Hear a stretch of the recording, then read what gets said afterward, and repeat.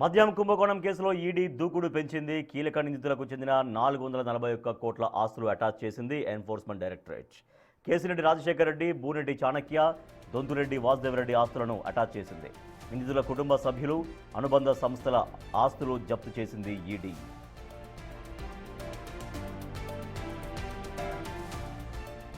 CID నమోదు చేసిన case ఆధారంగా దర్యాప్తు చేస్తోంది ఈడీ. ప్రభుత్వానికి 4,000 కోట్ల నష్టం జరిగినట్లు ఆరోపణలున్నాయి. 2019 తర్వాత లిక్కర్ పాలసీలో మార్పులు చేసినట్లు గుర్తించింది ఈడీ. పాత మద్యం బ్రాండ్లను మార్కెట్ నుంచి తొలగించినట్లు గుర్తించింది. ఫేవర్ బ్రాండ్లకు ప్రత్యేక ఆర్డర్లు ఇచ్చినట్లు కూడా విచారణలో గుర్తించింది. దర్యాప్తు సంస్థ ప్రతి కేసుపై 15 నుంచి 20% వరకు కిక్ బ్యాక్ తీసుకున్నట్లు దర్యాప్తులో వెల్లడైంది. కమిషన్ ఇవ్వని కంపెనీలకు సప్లై ఆర్డర్లు నిలిపివేసినట్లు గుర్తించింది ఎన్ఫోర్స్మెంట్ డైరెక్టరేట్.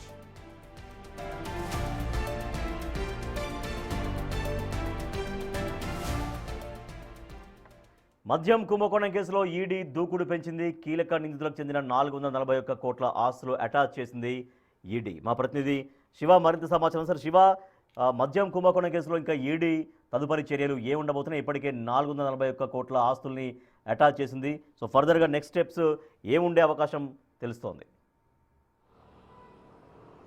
రాజేష్, మొత్తం మీద చూసుకుంటే ఈడీ దూకుడు పెంచింది. గత 4 సందర్భాల్లో ఇప్పటికే ఎన్ఫోర్స్మెంట్ డైరెక్టర్ ఈడీ ఎవరైతే లిక్కర్ కేసులో నిందితులు ఉన్నారో వారి ఆస్తులను అటాచ్ చేసింది. ఇప్పటికే A1 కసిరెడ్డి రాజశేఖర రెడ్డి ఆస్తులను 2 సార్లు అటాచ్ చేసింది.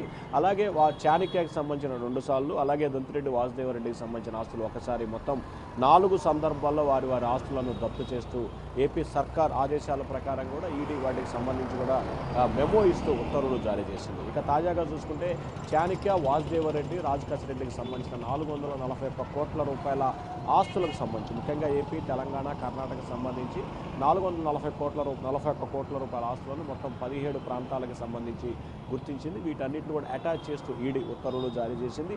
ఇటీవల కాలంలో వీరికి సంబంధించిన ఆస్తులు అటాచ్ చేయడానికి అనుమతి ఇవ్వాలని చెప్పి కూడా ఏపీ ప్రభుత్వానికి లేఖ రాసింది. ఏపీ ప్రభుత్వం దీనికి అనుమతిస్తూ కూడా ఉత్తర్వులు జారీ చేసింది. ఏపీ ప్రభుత్వం జారీ చేసిన ఉత్తర్వులను బేస్ చేసుకుని కూడా 441 కోట్ల రూపాయల ఆస్తులను ఈడీ అటాచ్ చేసింది. అయితే లిక్కర్ కేసుకు సంబంధించి దాదాపుగా 4,000 కోట్ల రూపాయల కుంభకోణం జరిగిందని చెప్పి సిఐడి గుర్తించింది. సిఐడితో పాటుగా సిట్ గుర్తించిన పరిస్థితి కనిపించింది. ఆ తర్వాత ఈ కేసులో ఈడీ కూడా ఎంటర్ అయింది.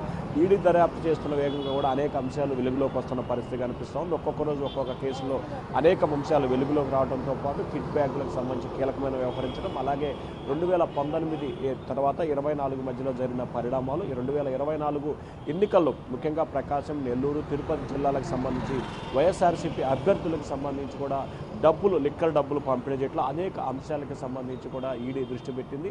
వీటన్నిటిపై కూడా ఒక్కొక్కటిగా కూడా ఆధారాలు సేకరిస్తూ ఆయా వ్యక్తులకు సంబంధించిన ఆస్తులను అటాచ్ చేస్తూ నిర్ణయం తీసుకుంది. రానున్న రోజుల్లో మరికొంతమంది ఆస్తులను కూడా అటాచ్ చేసే అవకాశం కనిపిస్తూ ఉంది. Rajesh, right, thank you Shiva. మద్యం కుంభకోణం కేసులో ఈడీ దూకుడు కొనసాగిస్తోంది. ఇప్పటికే నిందితులకు సంబంధించినటువంటి 441 కోట్ల ఆస్తులను జప్తు చేసి